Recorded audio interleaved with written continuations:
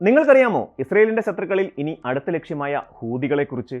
അതെ, പശ്ചിമേഷ്യയിൽ രാഷ്ട്രീയ അസ്വസ്ഥതകൾക്കായി ഇറാൻ പാലൂട്ടി വളർത്തുന്ന സായുധ സംഘങ്ങളിൽ ഹമാസിന്റെയും ഹിസ്ബുള്ളയുടെയും അടിവേര് തകർത്ത ഇസ്രയേൽ ഇനി ലക്ഷ്യമിടുക യമനിലെ ഹൂതി വിമതരെയാകും എന്നുറപ്പാണ്. ഇറാനെ ഇസ്ലാമിക ഭരണകൂടത്തിൽ നിന്നും മോചിപ്പിക്കുമെന്ന് ഇസ്രയേൽ പ്രധാനമന്ത്രി ബെഞ്ചമിൻ നെതന്യാഹു പ്രഖ്യാപിച്ചതോടെ മേഖലയിലെ ഷിയ സായുധ സംഘങ്ങളുടെ നിലനിൽപ്പ് തന്നെ ചോദ്യചിഹ്നമായി മാറുകയാണ്. കാരണം അറബ് ഇസ്ലാമിക ലോകത്ത് ഷിയ സായുധ സംഘങ്ങളെ ആളും ആശയവും ആയുധവും നൽകി ചാവേറുകളായി പരുവപ്പെടുത്തുന്നത് ഇറാൻ എന്ന രാഷ്ട്രമാണ്. ഗാസയിലെ ഹമാസിനെയും ലെബനനിലെ ഹിസ്ബുള്ളയെയും തകർത്ത ഇസ്രയേലിന് യമനിലെ ഹൂതി വിമതരെ തുടച്ചു നീക്കാൻ അധിക സമയം വേണ്ടിവരില്ല എന്നതാണ് സത്യം. ഹൂതികൾക്കെതിരെ ഇസ്രയേൽ സ്വീകരിക്കുന്ന എന്ത് നടപടികൾക്കും സൗദി അറേബ്യ ഉൾപ്പെടെയുള്ള ചില ഇസ്ലാമിക രാജ്യങ്ങളുടെ മൗനാനുവാദം ഉണ്ടാകും എന്നതാണ് വാസ്തവം. കാരണം ഷിയ ലോകം സൃഷ്ടിക്കാനായി പൊരുതുന്ന ഹൂതികൾ പലപ്പോഴും സൗദി അറേബ്യക്കെതിരെയും ആക്രമണം അഴിച്ചുവിടാറുണ്ട്. ഇസ്ലാമിക രാജ്യങ്ങളെപ്പോലും ശത്രുക്കളായി കാണുന്ന ഹൂതികളെക്കുറിച്ച് നമുക്ക് കൂടുതലറിയാം.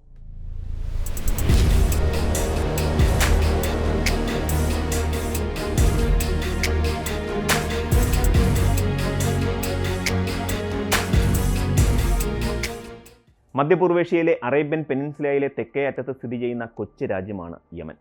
മതപരമായ വൈവിധ്യം ഉൾക്കൊള്ളുന്നുണ്ടെങ്കിലും ജനസംഖ്യയുടെ ഭൂരിഭാഗം മുസ്ലിങ്ങളാണ്. സുന്നി, ഷിയ വിഭാഗങ്ങളാണ് ഇവയിൽ ഏറ്റവും പ്രധാനികൾ. ഇവിടെയാണ് ഇസ്രയേലിനെയും സൗദി അറേബ്യയും ഒരുപോലെ ശത്രുക്കളായി കാണുന്ന ഹൂതി പ്രസ്ഥാനത്തിൻ്റെ ഉദയം. ഹുസൈൻ ബദ്രുദ്ദീൻ അൽ ഹൂദിയാണ് അൻസാർ അല്ലാഹു എന്ന പ്രസ്ഥാനത്തിന് രൂപം കൊടുത്തത്. ദൈവത്തിൻ്റെ അനുയായികൾ എന്നാണ് അൻസാർ അല്ലാഹു എന്നാൽ അർത്ഥം. അൻസാർ അല്ലാഹു എന്നാണ് ഹുസൈൻ ബദ്രുദ്ദീൻ അൽ ഹൂദി തൻ്റെ പ്രസ്ഥാനത്തിന് പേരിട്ടതെങ്കിലും ജനയിതാവിൻ്റെ പേരായ ഹൂദി എന്നറിയപ്പെടാനായിരുന്നു ഈ പ്രസ്ഥാനത്തിൻ്റെ വിധി. 1990കളുടെ തുടക്കത്തിലാണ് ഹുസൈൻ ബദ്രുദ്ദീൻ അൽ ഹൂദി അൻസാർ അല്ലാഹു രൂപീകരിക്കുന്നത്. ബിലീവ് യൂത്ത് എന്ന സംഘടനയുടെ പോഷക ഘടകമായാണ് ആദ്യകാല പ്രവർത്തനം നടത്തിയത്. പുരോഗമന വിദ്യാഭ്യാസത്തിലും ബഹുസ്വരതയിലുമൊക്കെ ഊന്നിയുള്ള മത സാംസ്കാരിക പ്രവർത്തനമാണ് ഇവർ ആദ്യഘട്ടത്തിൽ നടത്തിയിരുന്നത്. പിന്നീട് പ്രസ്ഥാനത്തിനകത്ത് തീവ്രവാദ ആശയത്തിൻ്റെയും മിതവാദ ആശയത്തിൻ്റെയും കാഴ്ചപ്പാടുകൾ വിഭാഗീയത സൃഷ്ടിച്ചു. സെയ്ദി ഷിയ വിഭാഗങ്ങൾക്ക് നേരെ നടന്ന വിവേചനങ്ങളുടെയും അടിച്ചമർത്തലുകളുടെയും പ്രതിഷേധ സ്വരങ്ങൾ അൻസാർ അല്ലാഹുവിൽ ഉയരാൻ തുടങ്ങി. സെയ്ദി ഷിയ സമുദായം ചരിത്രപരമായി യമനിൽ രാഷ്ട്രീയ അധികാരം കൈവശം വെച്ചിരുന്നുവെങ്കിലും കാലക്രമേണ അവരുടെ സ്വാധീനം കുറയുകയായിരുന്നു. യമന്റെ വടക്ക് ഭാഗത്ത് സെയ്ദി ഷിയകൾ പാർശ്വവൽക്കരിക്കപ്പെട്ടവരായിരുന്നു. രാജ്യത്ത് വിദേശ ശക്തികളുടെ, പ്രത്യേകിച്ച് അമേരിക്കയുടെയും സൗദി അറേബ്യയുടെയും ഇടപെടലുകളിൽ ഷിയ യുവാക്കൾ അസംതൃപ്തരായിരുന്നു. യമനിലെ വിദേശ ഇടപെടലിനെതിരെയുള്ള ചെറുത്തുനിൽപ്പിൻ്റെ ശക്തിയായി കാലക്രമേണ ഹൂതി പ്രസ്ഥാനം രൂപപ്പെടുകയായിരുന്നു. ക്രിസ്തുവർഷം 2000 ആയപ്പോഴേക്കും അമേരിക്കയുടെയും സൗദി അറേബ്യയുടെയും പിന്തുണയുള്ള യമൻ സർക്കാർ ഹൂതികളെ ലക്ഷ്യം വെച്ചുള്ള അടിച്ചമർത്തലുകൾ ആരംഭിച്ചു.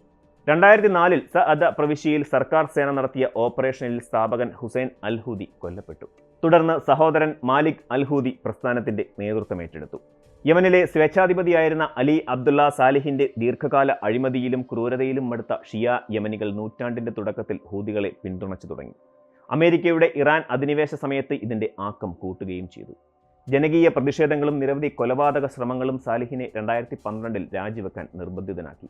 എന്നാൽ 2014 സാലിഹുമായി ശത്രുത പുലർത്തിയിരുന്ന ഹൂതികൾ അദ്ദേഹത്തോടൊപ്പം ചേരുകയും തലസ്ഥാന നഗരമായ സന പിടിച്ചടക്കുകയും ചെയ്തു. തുടർന്ന് പ്രസിഡന്റ് അബ്ദുറബു മൻസൂർ ഹാദിയെ പുറത്താക്കുകയും ചെയ്തു. ഹാദി പലായനം ചെയ്യാൻ നിർബന്ധിതനായി. ഇതോടെ രാജ്യത്തിന് പുറത്തു നിന്നുകൊണ്ട് ഹാദി സർക്കാർ തങ്ങളുടെ സഖ്യകക്ഷികളായ സൗദി അറേബ്യയോടും UAEയോടും ഹൂതികളെ യമനിൽ നിന്ന് തുരത്താൻ സൈനിക നടപടിക്കായി സഹായം അഭ്യർത്ഥിച്ചു. വിനാശകരമായ ഒരു ആഭ്യന്തര യുദ്ധത്തിലേക്കാണ് ഇത് രാജ്യത്തെ നയിച്ചത്.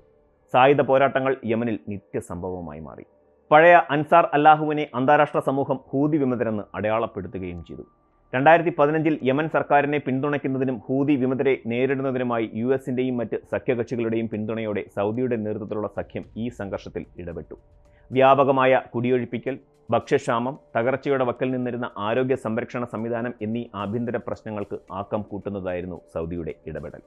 ഗുരുതരമായ മാനുഷിക പ്രതിസന്ധിയിലേക്കാണ് ഈ സംഘർഷം കലാശിച്ചത്. 2021 അവസാനത്തോടെ ഏകദേശം 3,77,000 മരണങ്ങൾ നടന്നുവെന്നും 4 ദശലക്ഷം ആളുകൾ പലായനം ചെയ്യപ്പെട്ടുവെന്നും UN കണക്കുകൾ പറയുന്നു. രാജ്യത്തെ ഏറ്റവും വിനാശകരമായ ഈ ആഭ്യന്തര യുദ്ധത്തിനൊടുവിൽ ഹൂതികൾ വിജയിച്ചു. 2022 ഏപ്രിലിൽ വെടിനിർത്തൽ പ്രഖ്യാപിക്കുകയും ആക്രമണം ഗണ്യമായി കുറയ്ക്കുകയും ചെയ്തു. ഒക്ടോബറിൽ വെടിനിർത്തൽ ഔദ്യോഗികമായി അവസാനിച്ചതോടെ യമൻ വീണ്ടും സംഘർഷ ഭൂമിയായി മാറുകയായിരുന്നു. ഗാസയിലെ യുദ്ധത്തിൽ ഹമാസിനെ പിന്തുണച്ചുകൊണ്ട് ഇസ്രയേലിനെതിരെ രംഗത്ത് വന്ന ഇറാനാണ് സൗദി അറേബ്യയുമായി കാലങ്ങളായി ശത്രുതയിലുള്ള ഹൂതികൾക്കും പിന്തുണ നൽകുന്നത്. കഴിഞ്ഞ ഒക്ടോബർ 7 നടന്ന ഹമാസ് കൂട്ടക്കൊലയ്ക്ക് പിന്നാലെ പലസ്തീൻ ജനതയ്ക്ക് ഐക്യദാർഢ്യം പ്രഖ്യാപിച്ചുകൊണ്ട് ശത്രുവിനെതിരെ പോരാടാൻ ലക്ഷക്കണക്കിന് ആളുകൾ തയ്യാറാണെന്ന് ഹൂതി നേതാവ് അബ്ദുൽ മാലിക് അൽ ഹൂദി പ്രഖ്യാപിച്ചിരുന്നു. ഇറാന്റെ ശത്രുവായ ഇസ്രയേൽ തങ്ങളുടെയും ശത്രുവാണ് എന്നതാണ് ഹൂതികളുടെ നിലപാട്. ഗാസ യുദ്ധം ആരംഭിച്ചതിന് തൊട്ടു പിന്നാലെ ഹൂതികൾ ചെങ്കടലിലെ കപ്പലുകൾക്ക് നേരെ മിസൈൽ, ഡ്രോൺ ആക്രമണങ്ങൾ നടത്താൻ തുടങ്ങി. അവയിൽ മിക്കതും US-ഉം ഇസ്രയേലും പ്രതിരോധ നടപടികളാൽ തടഞ്ഞിരുന്നു. ഈ ആക്രമണങ്ങൾ മൂലം പല ഷിപ്പിംഗ് കമ്പനികളും ഈ വഴിയുള്ള ഗതാഗതം നിർത്തിവെച്ചിരുന്നു. ഹൂതിയുടെ ആഭ്യന്തര ശത്രുക്കൾ ഇസ്ലാഹികളാണ്.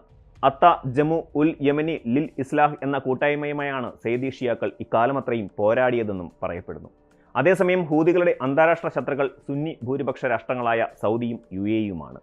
യഹൂദ രാജ്യമായ ഇസ്രയേലാകട്ടെ പാരമ്പര്യ വൈരികളും. തങ്ങളെ സഹായിക്കുന്ന ഇറാന്റെ ശത്രുക്കളെല്ലാം ഹൂതികളുടെയും ശത്രുക്കളാണ്. യമനിൽ വലിയ സായുധ ശക്തിയായ ഹൂതികൾ സൗദിയും UAE-യും ഇസ്രയേലും ലക്ഷ്യമാക്കി ആക്രമണങ്ങൾ നടത്താറുണ്ട്.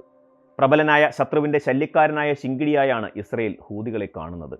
അതുകൊണ്ട് തന്നെ തങ്ങളുടെ ശത്രുവായ ഇറാനിലെ ഇസ്ലാമിക ഭരണകൂടത്തെ ഇല്ലായ്മ ചെയ്ത് ഇറാൻ ജനതയ്ക്ക് സ്വാതന്ത്ര്യം നൽകുമെന്ന് ഇസ്രയേൽ പ്രഖ്യാപിച്ചിട്ടുണ്ടെങ്കിൽ ആ ലക്ഷ്യം കാണും മുമ്പ് തന്നെ യമനിലെ ഹൂതികൾ നാമാവശേഷമായിരിക്കും എന്ന് ഇസ്രയേൽ ഉറപ്പാക്കിയിരിക്കുമെന്ന കാര്യത്തിൽ തർക്കമില്ല.